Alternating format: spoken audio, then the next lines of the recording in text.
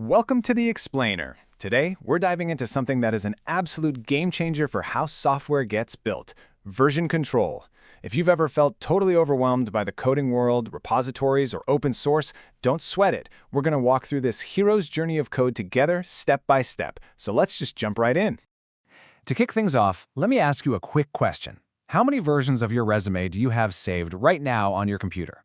Really, think about it. If you're like, well, pretty much everyone, you don't just have one single file, right?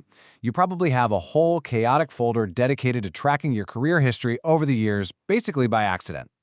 I mean, these file names probably look super familiar. We've all been there. You've got resume_v1.doc, and then you tweak it and save it as resume_final.doc. But wait, you caught a typo, so now it's resume_final_for-real.doc. It is literal chaos trying to manage files without a real system. And that right there, that's the exact problem version control solves. It lets us keep just one main file while the system quietly works in the background, tracking every single change, every iteration, and every historical snapshot. All right, Section 1, Git versus GitHub, understanding the core difference. It's actually pretty fascinating to see where the line is drawn here, because a lot of beginners think Git and GitHub are the exact same thing, but they really aren't.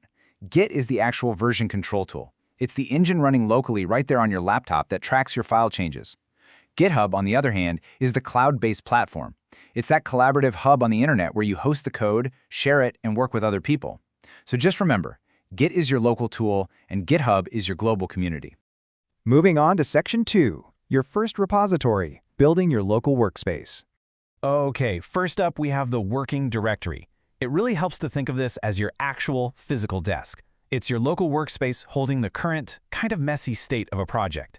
This is where you actually make your edits, write your code, and just experiment. At this stage, Git isn't officially tracking these specific new changes just yet. Now, once we're happy with the work sitting on our desk, we move it to the staging area using a command called git add. Think of this as a safety net. It's a draft space where we get our changes ready to go. It lets us review and carefully adjust exactly which files we're about to save before they become a permanent part of the project's history. And finally, we have the local repository. When we run a git commit, we're taking everything from that staging area and saving a permanent snapshot of our work right into the repository's history, directly on our computer. And we always attach a helpful message to this commit, so our future selves actually know what we changed.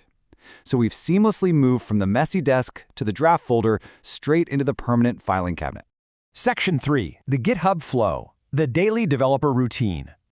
So here's the exact sequence developers use every single day to collaborate safely. Step 1, clone. You literally grab a copy of a remote repository from GitHub and pull it down to your local machine. Step 2, branch. This one is absolutely crucial. You create a safe, parallel copy of the code, a branch, so you don't accidentally mess up the main project.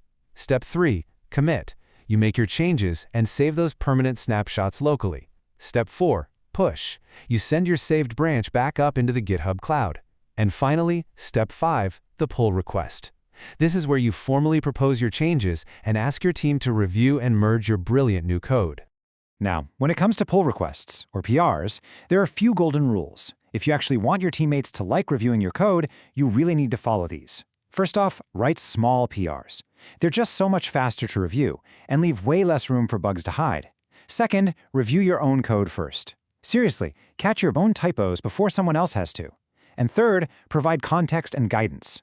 Write clear titles and descriptions so your reviewers know exactly why you made the changes in the first place.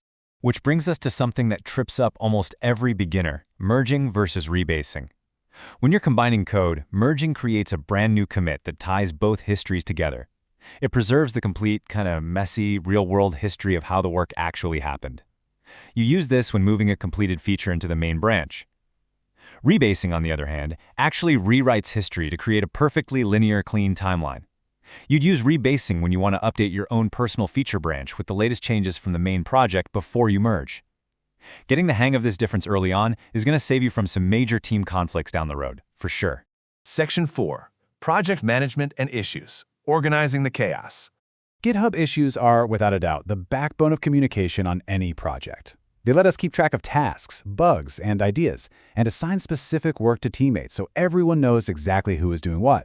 Plus, you can add labels to easily filter what's a bug versus an enhancement. But here's the really cool part. You can link them directly to your code.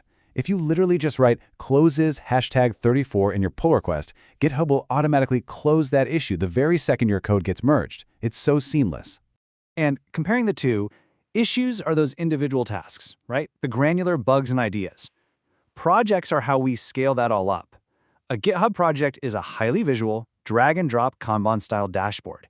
It lets a whole team group, prioritize, and track all those individual issues in one single place, giving you this beautiful bird's-eye view of your overall progress. Section 5. Automation and Security. Work smarter, not harder. Let's break this one down a bit. GitHub Actions is a continuous integration and automation platform. Basically, we write these simple YAML files that tell GitHub to execute jobs using virtual machines called runners whenever a specific event is triggered.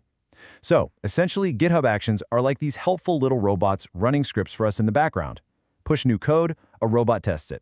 Open a new issue, a robot automatically slaps a label on it. It's awesome.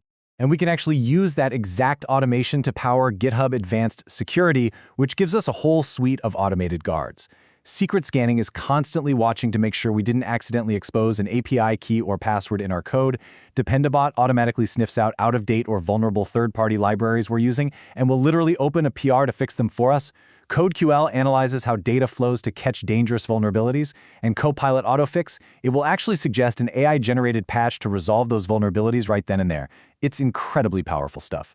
Section 6. The Open Source Community. Joining the global ecosystem. So we've covered the local repo, the flow, project management, and security. Now it's time to step outside our own private projects and collaborate with the entire world. And the absolute crucial concept for joining open source is understanding forking.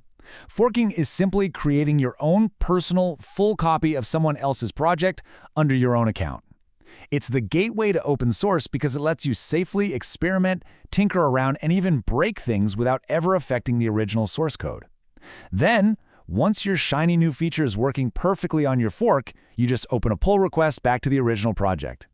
Oh, and a quick pro tip for your open source journey, the .gitignore file. As you start contributing, this file is going to be your absolute best friend. It tells Git to completely ignore certain local files on your computer. This keeps embarrassing, messy files, like those hidden DS store files that Macs just love to leave everywhere, completely hidden from public view and totally out of that beautiful open source codebase you're trying to help build. If you're wondering where to start, here is a handy checklist for finding a really solid open source project to contribute to. As a beginner, look for a project that has a well-documented README, with clear installation steps, a clear contributor's guide, and an actual open source license, like MIT, so you know it's free to use.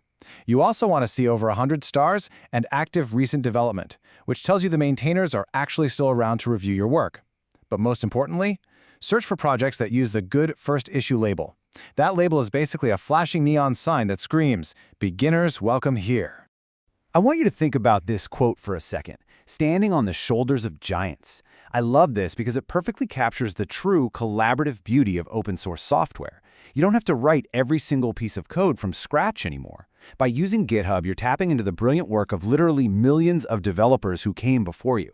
It allows us to build amazing, complex things so much faster and better than ever before. All right, we now have all the tools. We've explored the local workspace, the collaborative flow, how to manage our projects, automate our security, and finally contribute to the global community. The whole world of code is wide open to you now. So I'm going to leave you with just one final question. Open up your terminal, fire up your code editor. What are you going to build first?